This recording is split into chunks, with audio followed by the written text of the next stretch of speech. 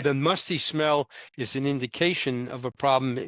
Now, a lot of times there'll be big infestations of mold and there'll be no smell. But if you have a musty smell, there's definitely a problem. So arsen gas, and somehow or another in the 1700s, they figured out that these molds were metabolizing the arsenic and turning it into arsen gas.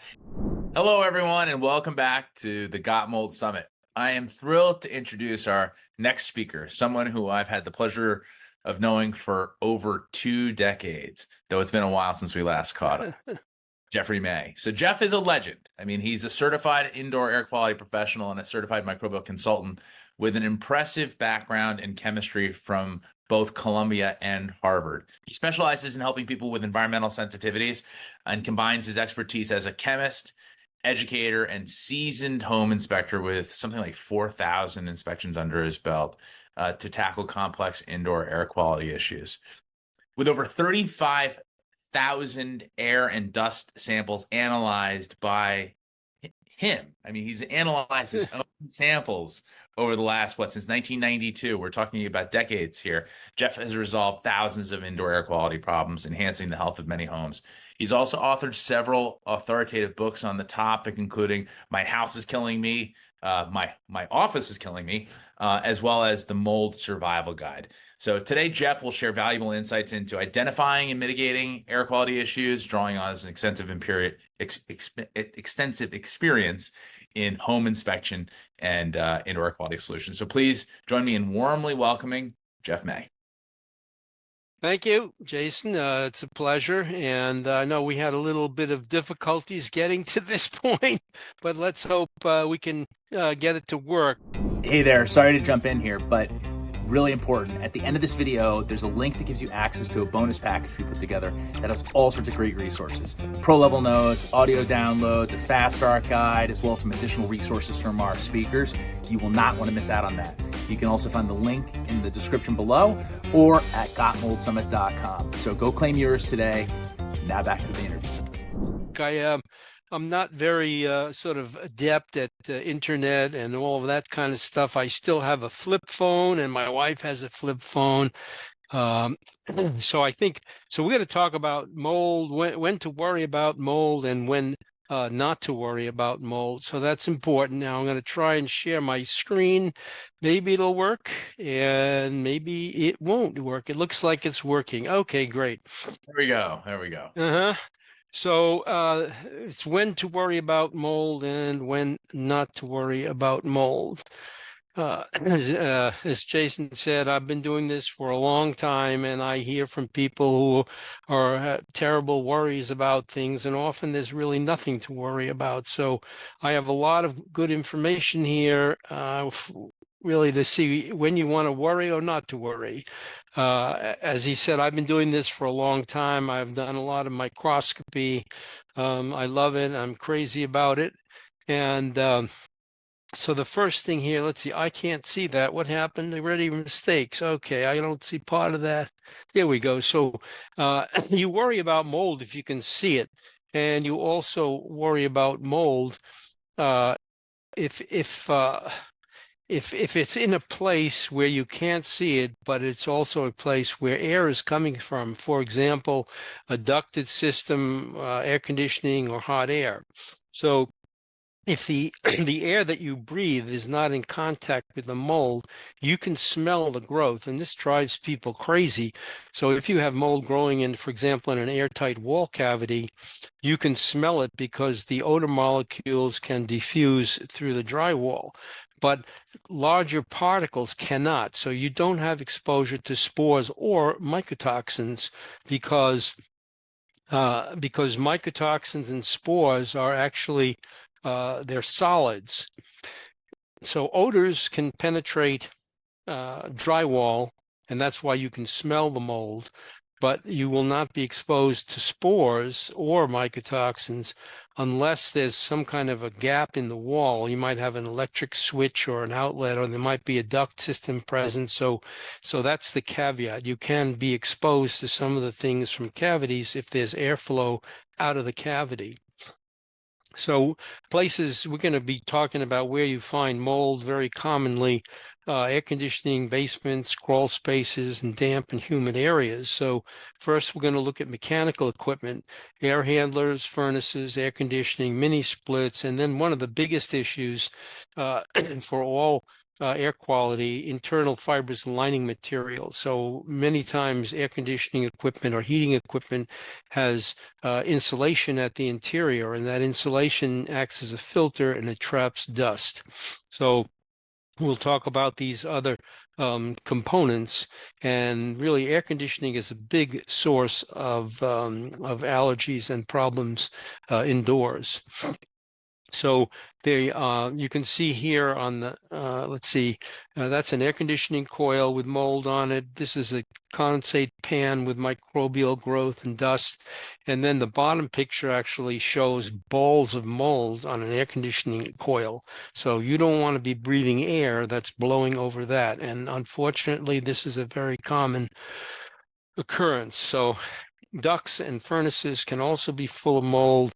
On the right, you see there's a duct that was completely full of mold that had been in a crawl space and was making somebody very sick. And then, let's say if you have a dusty basement or a moldy basement, the filter slot might be open. And over here, I'm showing with a smoke pencil how air can be sucked in from the basement into an open slot.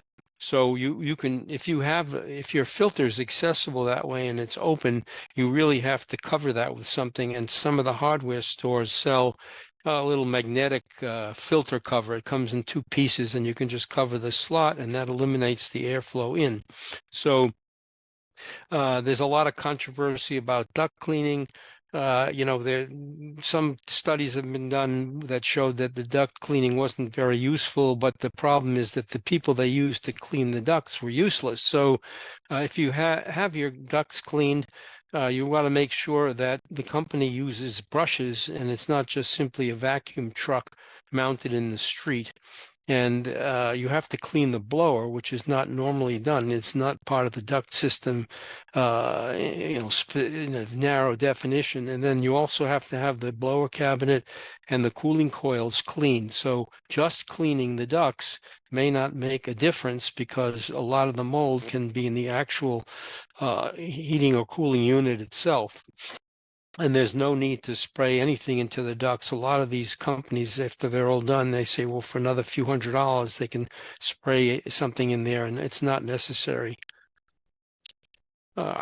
Okay, so, mini splits are the rage now, and everybody is, people are buying them as an easy way to get air conditioning. And of course, the problem with these things is that they have very, very inadequate filtration. And if you use them in the heating mode, it doesn't really matter so much.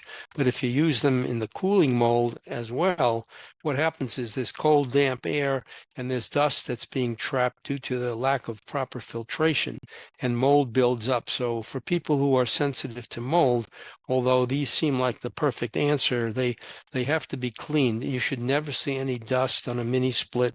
Often, if you look inside with a flashlight, you can see the blower blades, and they're all impacted with dust, and then they're covered with little black spots. So fiberglass insulation is a very big source of mold. There's a well-known microbiologist who's looked at many, many samples, and he said half of the samples had mold growth on them. So I would say probably that number is even higher than that. So my microbial growth in air conditioning liners is probably one of the biggest sources of sick buildings, both in commercial and offices, as well as in homes. So the most important thing that you can do as far as heating and cooling goes is to have MERV 11 filters, MERV being the minimum efficiency reporting value, and it's an indication of how efficient the filter is. So you can go higher than MERV. I think HEPA is a MERV 16, and the typical fiberglass filter is MERV 1 or 2. So they're not very, they do take some of the dust out, but not nearly enough to be safe. So the Mechanical equipment that's subject to problems is not simply air conveyance systems, but also things like baseboard convectors and radiators. So the dust on a radiator that you see at the left, that's could have been there for 100 years, piled up, accumulated, and the same thing on a baseboard convector. And so these things, sometimes they get moldy. Often they'll have allergens from everybody that ever lived in the home. So you have to clean the baseboard convectors and clean the radiators, get rid of all the dust, and you can get extension tools for vacuum cleaners for that. So the radiators can be cleaned, as I said, with that vacuum tool. Baseboard convectors are a little bit trickier. It's very, very difficult to get the dust out between the fins. And the simplest way to do that is with a steam vapor machine. Now, a steam vapor machine is not what it doesn't do sort of steam cleaning in the traditional sense. Like if you hire a company to do steam cleaning, basically it's just warm or hot water they're using. The steam vapor machine puts out pure steam vapor, and if you do it right, there's no liquid at all. So steam is a gas, and you blast the fins with the steam, and that blows all the dust out and practically kills everything. And then you put rags underneath, and that will that will collect some of the grime that comes off of the fin tubing.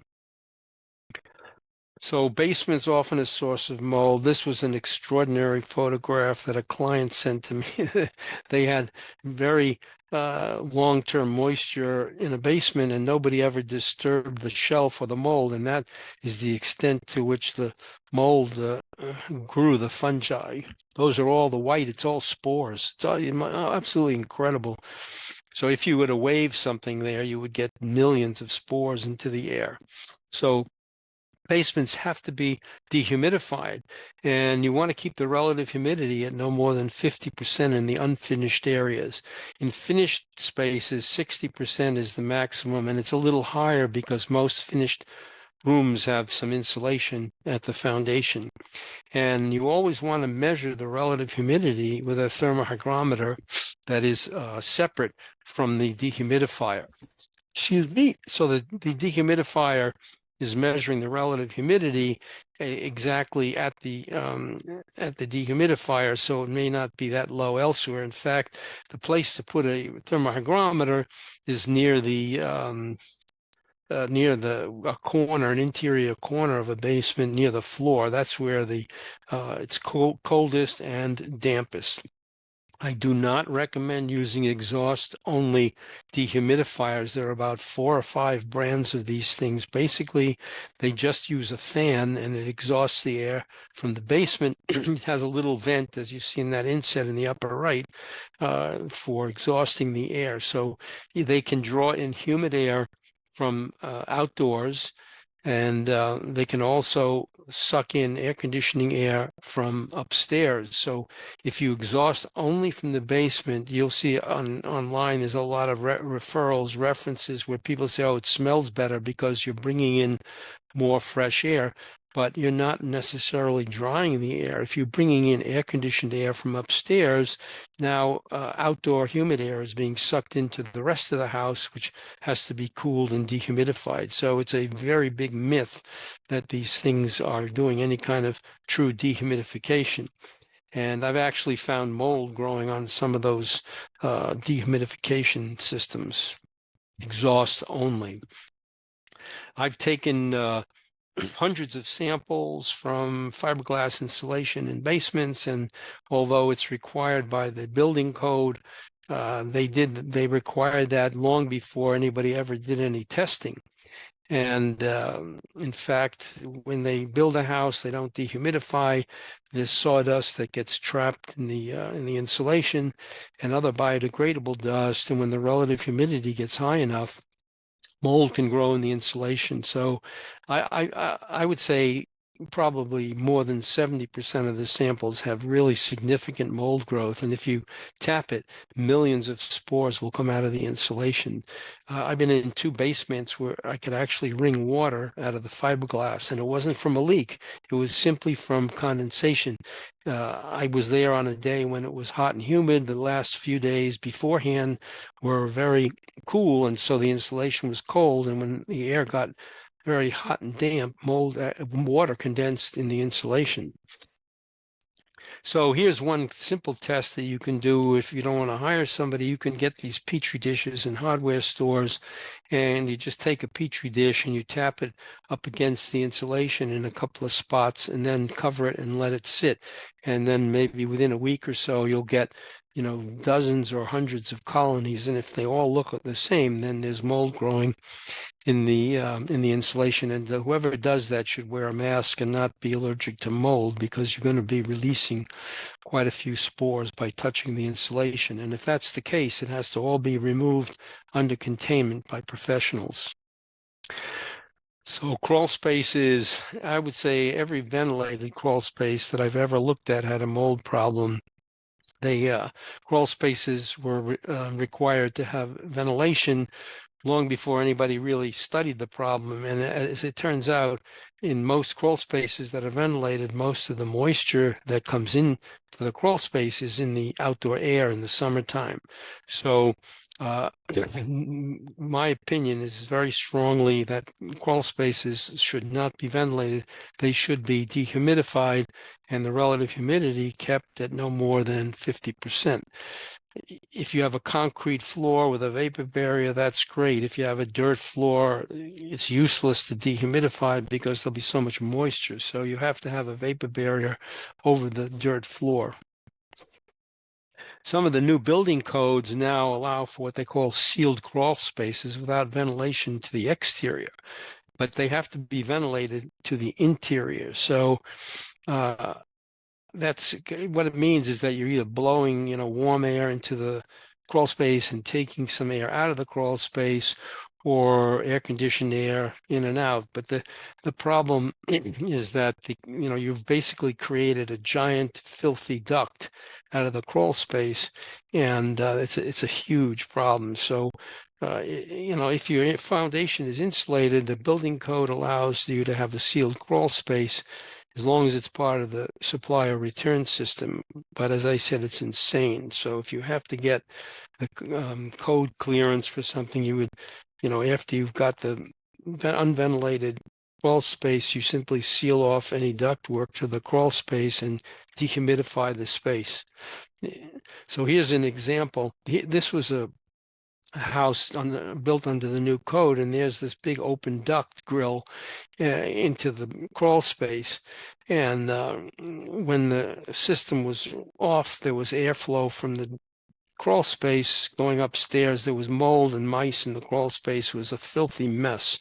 So very bad idea. No crawl space is clean enough, in my opinion, to be a part of your heating or cooling system. Appliances can often be problematic. So refrigerators, refrigerators have a fan to cool the compressor down, and whenever you have air movement, you have the potential for collecting a lot of dust. So if you're moving into an old place and there's been people there with pets, or they had dust mites or whatever, all of those allergens will have accumulated in the refrigerator. So if you're moving into a new place, you have the refrigerator, you've got to clean all the dust, in which that means rolling the refrigerator out and taking the back off. In the old days, they used to have a plastic pan that would get full of mold from condensation water that would get into the pan. But the newer ones, at the left, you see the back of the refrigerator. It has a cardboard cover there, and you have to take the cover off and then clean as much of the dust out of there as you possibly can. And often it can be moldy because there's water coming from the condensation into the bottom, and then there's dust, and you get mold from the water and the dust. So humidifiers can be a problem, the source of serious mold problems. People have gotten quite sick from them. So I only recommend one type of humidifier, and that's the warm mist humidifier. I wouldn't use the evaporative cool mist or ultrasonic. Warm mist are best, and you just have to be very careful if you're in an area where it's cold outside in the winter. You don't want the relative humidity to get over 40% and much lower. You don't want condensation on the windows, or you get mold on the windows. Hey there, sorry to jump in here, but really important. At the end of this video, there's a link that gives you access to a bonus package we put together that has all sorts of great resources. Pro level notes, audio downloads, a fast start guide, as well as some additional resources from our speakers. You will not want to miss out on that. You can also find the link in the description below or at gotmoldsummit.com. So go claim yours today. Now back to the interview. So here's a couple of evaporative pad humidifiers, different styles. And if you can believe this, that a lot of those filters are made out of paper, and constantly wet paper is going to have stachybotrys growing on it. And that's what you see there in the left. On the left one, the right one actually was a heavy smoker, and there was a lot of cigarette tar and aspergillus growing on the paper because it was wet all the time. So don't use evaporative pad humidifiers, only warm mist. It boils the water safe. Okay, so we covered all that. Oops, I'm going the wrong way. Okay. So air purifiers can work to clean the air, but it's always better to remove the source. So the best example of that, let's say you've got dust mites growing in infestation in your mattress, and your air has no allergens because of the filter you're running, $800 filter, and now you get into bed and all of the dust mite poop comes spewing out of the mattress, and you have the exposure. So you always want to try and get rid of the source first. But if you want to get a really nice filter, there's these two researchers, Corsi and Rosenthal, and they came up with this filter cube. And you can get it. You can put one together for less than $100. You've got a box window fans on the top with 4 MERV 13 filters below, and these work as well or better than a lot of commercial filters. And anybody can put one of these together, and they actually go through a lot more air. Some of the better filters will do 800 cubic feet of air per minute. And this thing does more than 1,200 cubic feet of air. All right, so, antiques, we got a chapter on this in our new book, My House is Killing Me. There's a Trojan horses, if you remember from the Trojan War, the little ploy they used, they brought in the horse to get to Troy, and there were soldiers hidden in the horse. So we call these antiques Trojan horses. If you're allergic to mold, you can't go into an antique store. They all smell very musty. And although the visible surfaces are clean and shiny, the bottoms and backs, the legs are all full of mold. And here are some examples. You want to check furniture with a flashlight and a mirror, take things or turn them over to see if there's mold on the bottom.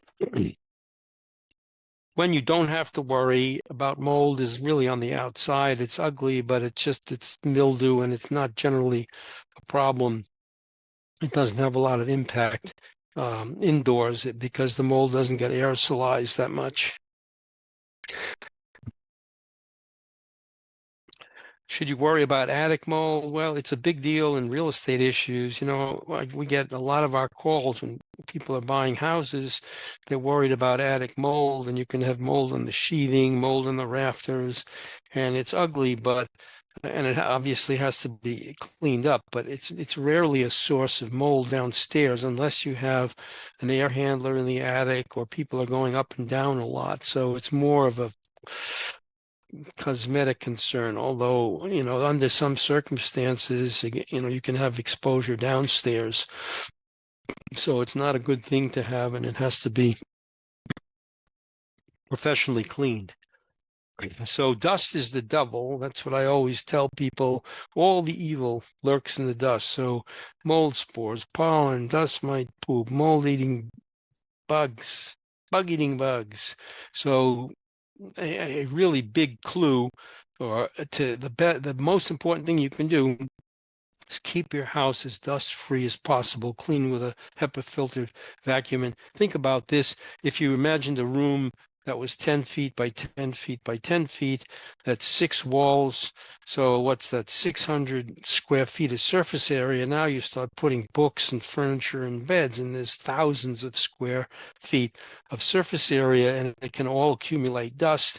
And you wave your arm and the dust goes into the air, and then you have exposure. So you want to have solid surfaces that can be cleaned. And, if you're a hoarder, you've got a problem because you can never clean stuff. Something that nobody ever talks about are these so-called mold-eating mites.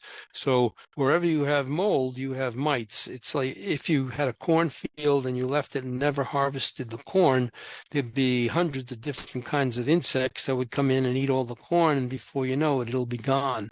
And all that's left, really, it's the bug poop. They eat the corn, they defecate, and they leave the poop behind.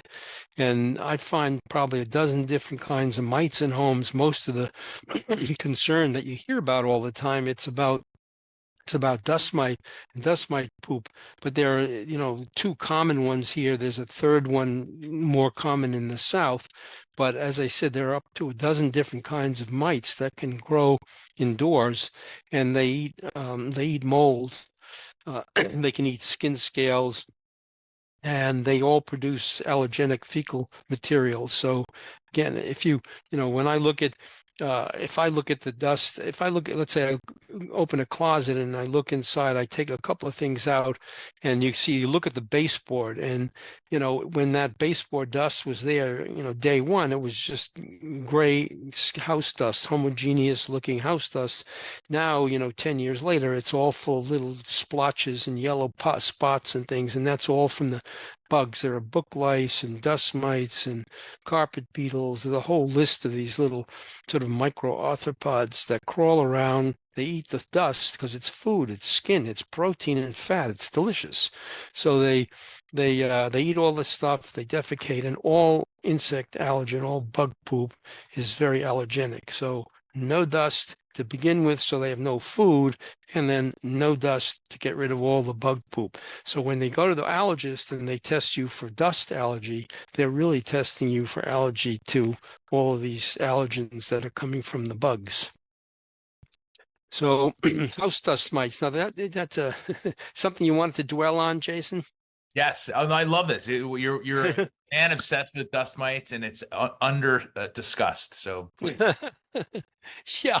Okay. So dust mites are found, primarily in mattresses and in cushions where people sit. So often I'll find dust mite poop in carpet, but they're not necessarily in the carpet. It's just the droppings have fallen out of the bed or the mattress. So if people are bedridden, they are at big risk. I've had a number of cases, people who had actually mite infestations and mold, aspergillus, in the mattress because body moisture was there all the time. So steam vapor from a steam vapor machine is extremely effective in killing mites. It kills the eggs, and it actually kills fleas and any microarthropod that's anywhere. It'll kill it. So steam vapor is a miraculous machine. You can get them online for like $350, $400, and what it does is it boils water, and you have a hose. It's a kettle. It looks like a vacuum cleaner with a hose, and then what's coming out is steam. So in the beginning, some water will come out because it's condensing in the hose. So you have to run the steam into a bucket. But once the water blows out, now you have only pure steam vapor, and the temperature is 212 degrees, and it instantly kills anything. And if you do it long enough, so I actually did this quantitatively on a mattress, and I was able to reduce the dust mite allergen from 40 micrograms per gram down to less than 1. So some allergens are denatured by heat. Let's say I can't eat raw green peppers. I put it in a steam machine for a minute or two inside on the stove, and I can eat it as much as I want. So animal allergens, dog, cat, they are denatured at the 212 degrees, the temperature of steam. Some allergens are not. So, for example, my wife is allergic to shellfish. That's due to the muscle protein myosin, which is stable. You can boil a shrimp for a week, and anybody who has seafood allergy will still react to it. So, but many, many allergens can be denatured and destroyed by steam. So you'd have to, like, to do a mattress, you'd want to blast it for up to, a half an hour or so or more to really get the allergen down, but it kills everything. So if you have a mattress already with a mite infestation, you can put a dust mite cover on it, but it's very, very important that you understand that some dust mite covers are not as effective as others. So if you have a new mattress, you can put a dust mite cover that's only cotton or polyester on, and it works fine. It'll keep the mites out of the mattress. But if you've got a mattress already with a dust mite infestation, you must use a liner that has polyurethane on the inside. It's a very thin, comfortable layer of plastic. It doesn't off-gas, and that will prevent all allergens from getting out. So the strictly woven type are not as effective. All right. So let's see, we can talk more about dust mites and oh yeah, that we're just about done, I think. So, okay, so I just have a brief note here about indoor sources of chemicals, body cleaning and body products, scented candles, essential oils, combustion products. So one thing I would warn you against is using scented candles. Scented jar candles produce a lot of soot. And we've had many homes that were destroyed by soot deposits. They had to be repainted multiple times because of the soot from the candles. If you look at a jar candle, the top rim is going to be all black, and basically that's what you're breathing, and you're breathing all the chemicals that stuck to the soot. Very unhealthy. So as Jason mentioned, we've written a bunch of books, and you'll find them very useful. Most of what I've been talking about is In My House Is Killing Me and the Mold Survival Guide. And we do site visits in all of New England. We do some phone consultations for people who are anywhere.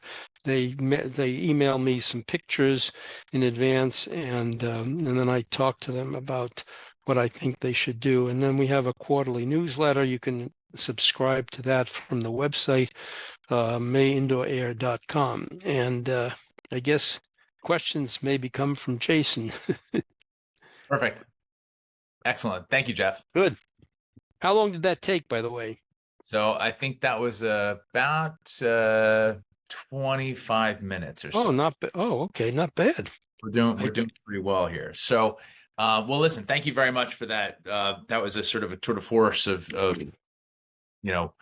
several decades of experience here. So, so let's circle back on some of these things, because I think you hit a couple of really important points. I wanted to go through this. First of all, you mentioned essentially be worried about mold that you see, but also really be worried about mold that you smell, right? So we should be concerned about the musty smells. Yeah. Correct. Allergic reactions, immune reactions in sensitive individuals. It's not nothing, right? The musty smell is not nothing. No, right? The musty smell is an indication of a problem. Now, a lot of times there'll be big infestations of mold and there'll be no smell. But if you have a musty smell, there's definitely a problem. But I guess the point that I was trying to make is that it doesn't necessarily mean that you're exposed to things. Although I've had clients who, if they smelled mold, just a musty odor, that they had a lot of sinus reaction and their nose got stuffed up. So the mold itself can be a problem. Yeah, so I mean, the odor, yeah, the odor itself, yeah. So a lot of the interesting research that I've been reading in recent years points to the musty smell as a significant immune trigger and possibly even neurotoxic in some animal studies. So it's obviously often the first clue.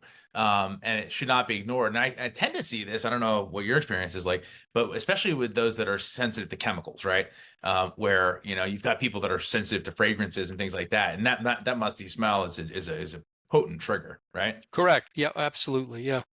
So it's hard to, but the point that you made there, I think it's very important, is that the actual exposure to the fungal matter when mold is growing in a wall, which is the spores and the mycotoxins. See, I think the tagline for this summit is clearing the air on mold and mycotoxins. And the reason for that is because there is so much confusion about what a mycotoxin is and how people are exposed to it. People tend to think that mycotoxins are gases, or that they are spewing out like a fountain, and that they are these independent constituents that people can get exposed to if there's just any little bit of mold growth in the home. And so I kind of want to disassemble that, right? So the mycotoxins themselves are physical matter that generally have to become airborne on another particle, right? Correct. Yeah, correct. Yeah, So, they would be they would be secreted by the mold. They might be in the spores, it might be in the hyphae, or possibly anything that the mold is growing on. But they're big particles. I mean, because they're stuck to things. The molecules themselves are small as molecules, but they're never individual, so they can't get into the air on their own. that's very important. And also the exposure when mold is in a wall, mold is growing in a wall. The musty smell can permeate through, and does often permeate through nooks and crannies, but also through the porosity of the drywall. Yeah, there are the drywall is made up of gypsum crystals, calcium sulfate, and there's air gaps between all of the all of the crystals, so the vapor molecules can diffuse through easily. But nothing the size of a spore could ever diffuse through drywall. It has to come in through gaps. I mean, I've actually measured, taken air samples at electric outlets and gotten, mold spores and even whole mites in an air sample. So if you have exposure, like I tell you, this is my personal experience. I've got asthma. I got asthma from mold and from an air conditioner in my office.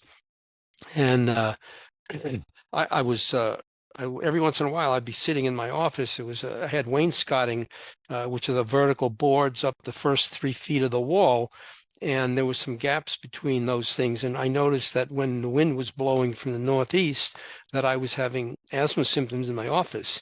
And I took an air sample from the crack between the 2 boards, and it was full of aspergillus spores. And wow. What happened was, when the wind was blowing at that side of this house, I had no insulation in the wall cavity. It would blow the spores in, and I would become symptomatic from that. So I just put some blue tape over the crack, and that was it.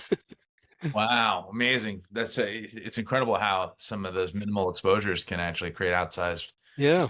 once you become sensitized.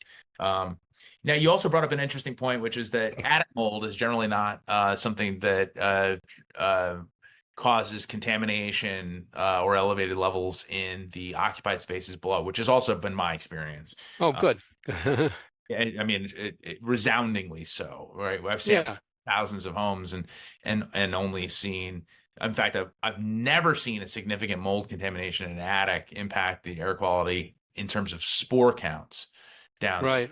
Except for, like you said, when it's in the HVAC system, which is placed in an attic, which is just a building by itself, right? So, I mean, HVAC systems in crawl spaces and attics, in my experience, are building defects. I love it. And not to mention crawl spaces themselves are building defects. So you take an HVAC and put it in a crawl space, and that's like a double whammy. Yeah, absolutely. So I think it's really important because people freak out about attic mold, and it does impact your saleability of your home because it slows things down. But I would argue it does not impact habitability, in my experience at least. And it seems like we're in accord on that. Yep. And then also, I think something else that was interesting was that during duct cleaning, you mentioned that that there's no need for spraying anything. And boy, I want to underscore that, boldface it, highlight it, and really bring that forward, because how many people are thinking that they're making their home healthier by doing the duct cleaning, and then going in and spraying some sort of aromatic chemical, some fragrance laden antimicrobial into ducts that really don't support fungal growth. Trying to sanitize these things, but oftentimes they're metal ducts even, and they're spraying these chemicals. I mean, you almost have to fight with these guys to get them from Right. keep Well, them. it's a big, yeah, it's a big part of the profit. You see, it takes like 5 minutes to spray it, and the chemicals cost next to nothing. And then it's a big fee. I can remember a roofer telling me one time, I bought an insulating machine from a roofer, and he gave me a tip as I was leaving. He said, you want to make an extra $400 on a job, just tell people after they trust you that they need to put in more ventilation. And just you go up on the roof and just nail a bunch of roof vents on top of the shingles, make a lot of noise. And so they didn't even make a hole. That was there. Hey there, sorry to jump in here, but really important. At the end of this video, there's a link that gives you access to a bonus package we put together that has all sorts of great resources. Pro level notes, audio downloads, a fast start guide, as well as some additional resources from our speakers. You will not want to miss out on that. You can also find the link in the description below or at gotmoldsummit.com. So go claim yours today. Now back to the interview. It's incredible what people will do to make a buck. Yeah. Really is. But you also brought up a duct lining, or specifically duct board or fiberglass lined ducts, lined that are loaded with mold, of course, because they capture all the dust. And then they grow mold. I had a really interesting conversation with David Krause the other day, who is I don't know if you know David, but Sure. the industrial hygienist for the state of Florida. Fascinating guy. He's done tons of research on Stachybotrys and trichothecene production, which is the mycotoxin that Stachy produces. And he has found that some microbes, certain species of mold growing on ductboard actually release heavy metal gases through their metabolization of the copper, for example, that's used to as an antimicrobial in the ductboard.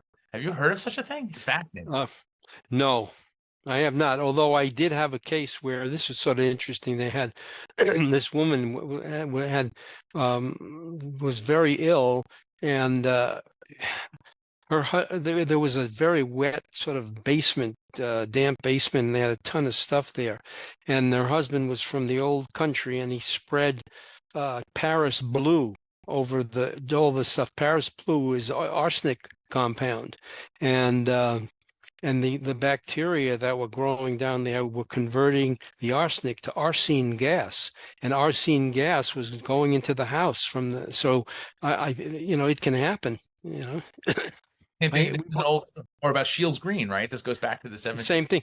Yeah. Oh, that's the same. Yeah. I actually bought a house in Cambridge. It was a 100-year-old place, and there was green dust on the shelves. It was arsenic to kill the roaches.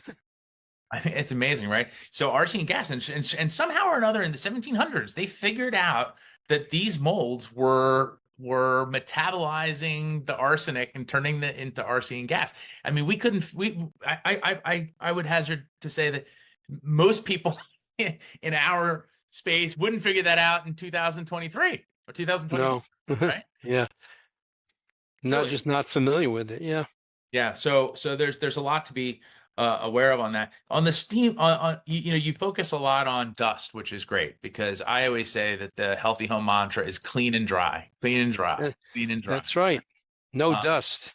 Not just clean, it's also dry, because you've got this double, you got clean is key, right? Because it supports fungal growth. I mean, mold growth colonizes first on dust, mostly, right? And then you've also got the fact that you've got dust mites that also love to nosh on that stuff. So, and if you keep it dry, then you don't activate the mold, and you also don't wake up the dust mites. But I think, one of the things that you talk a lot about in your book is sort of the sweet spot or the Goldilocks range on humidity and how important that is for mold. But you also talk about how dust mites sort of go into hibernation or kind of like reanimate right around the same temperature and humidity range, right? You want to open that up a little bit? Right.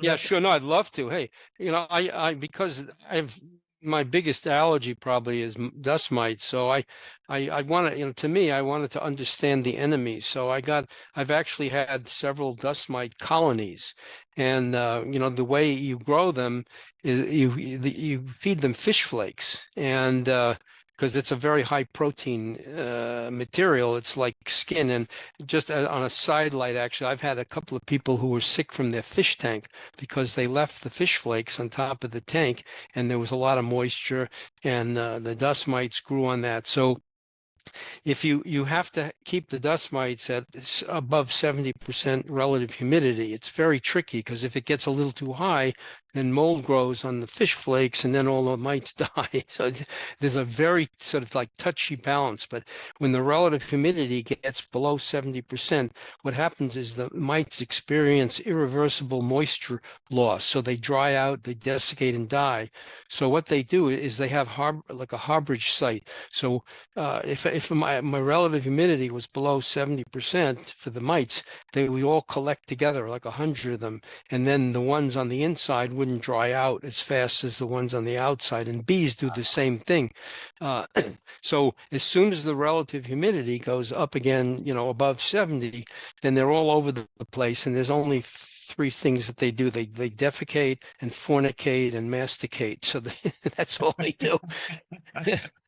And their dust mites are very, very delicate. They're like a little bag of water. Like every once in a while, I want to get a dust mite to look at under the microscope, and I'd try and get them on a pin, and I'd kill 10 of them before I could actually get a live one.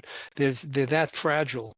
So they sort of grind the skin scales. They have what they call chelicerae or something. There's two little things in their mouth parts, and then they go like that. They grind stuff up, and then they excrete stuff, and they go through different what they call instars, I think. So the first mite that hatches out is small, and then they get bigger and bigger. So the dust mite droppings from the earliest nymphs are actually much smaller. Everybody says it's 25 microns, but that's a mature mite.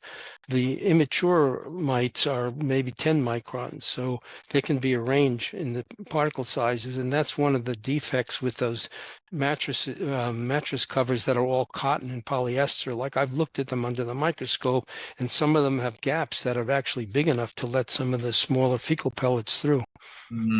Interesting. Well, so I mean, I just want to clarify this for anyone who did not catch that. Jeff has grown and maintained colonies of dust mites. Okay, so I make that clear, right? So we got you. So in what container? I just have to know. How did you? Where did you? Well,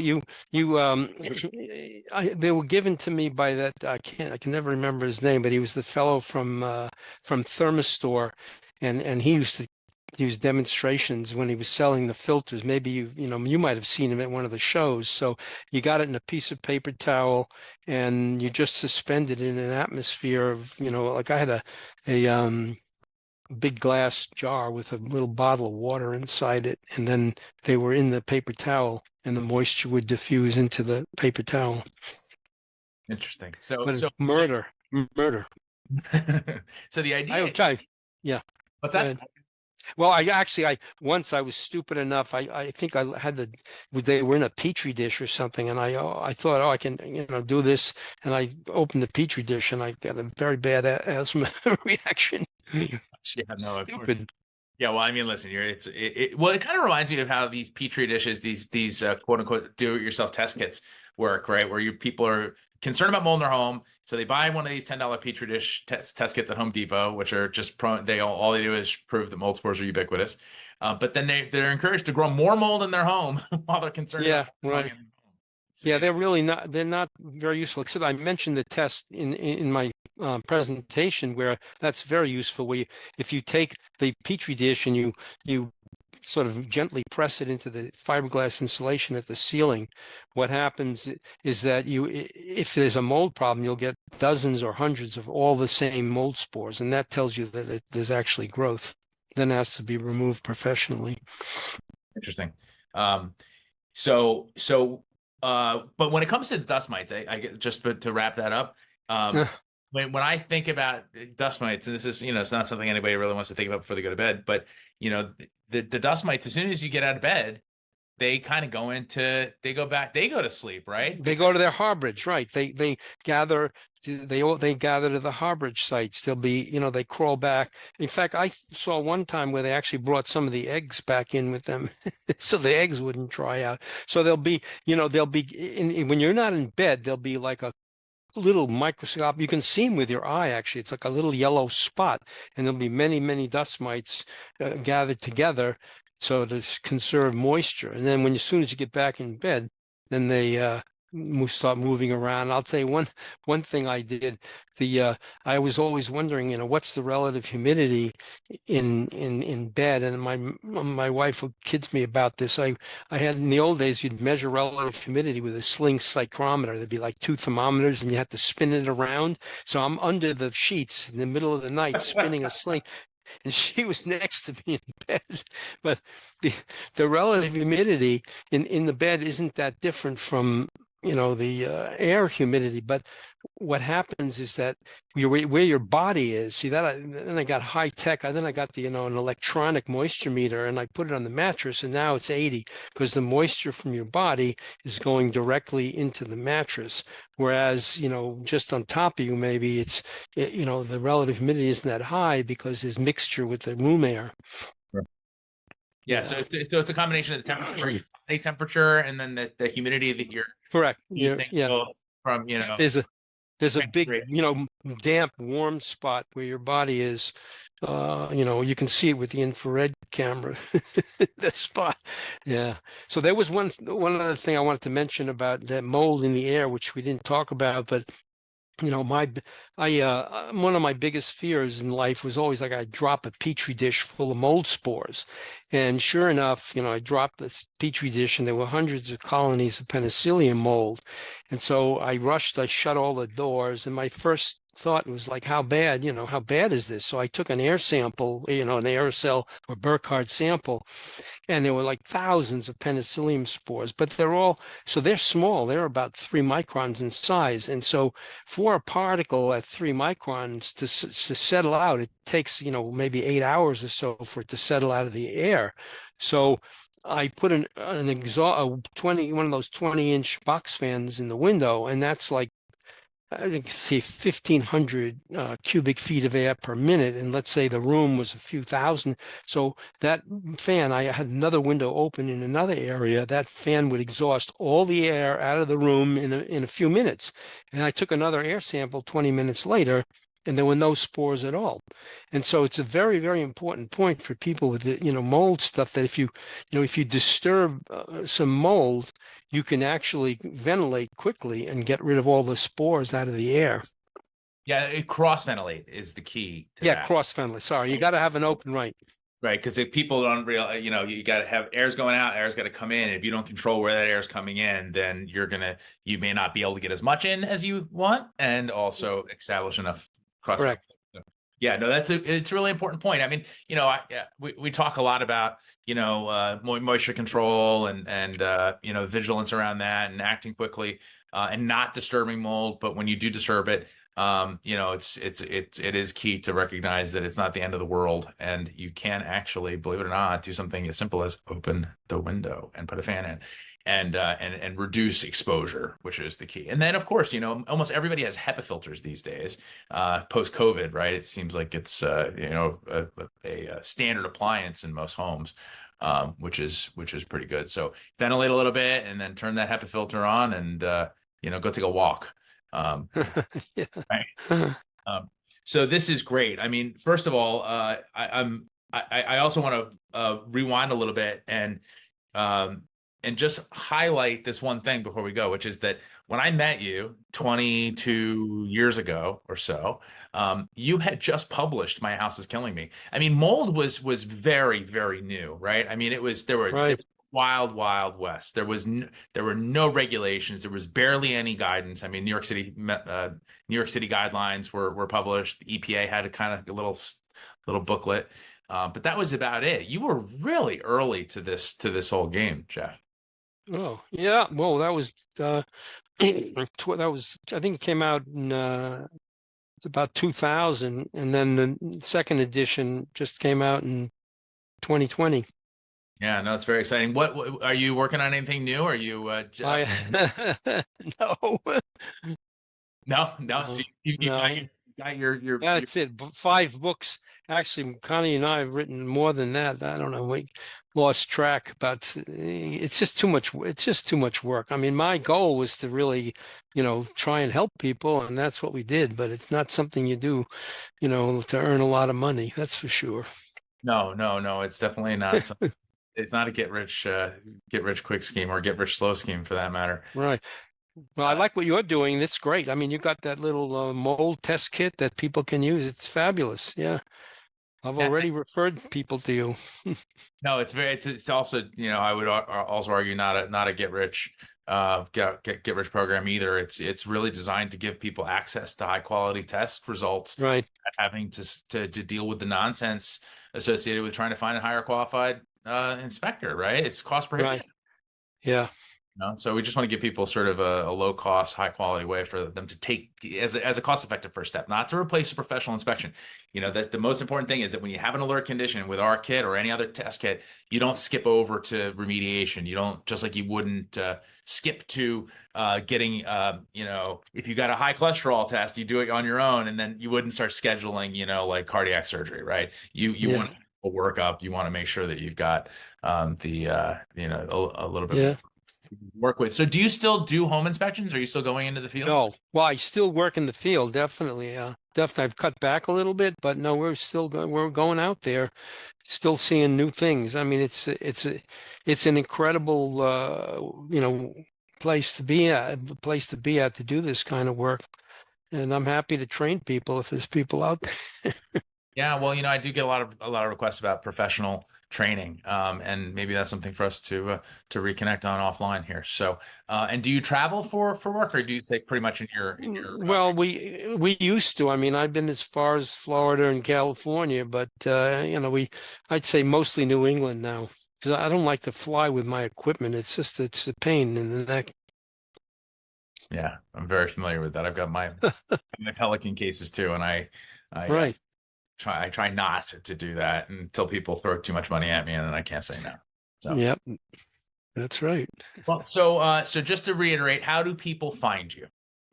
Okay, well, the website, it's mayindoair.com, and then they can, they can call or email off of the website. Beautiful. All right. Well, listen, Jeff, thank you so much. First of all, I want to again, you were an early inspiration for me. I've always thank you. I've always enjoyed your passion for dust mites.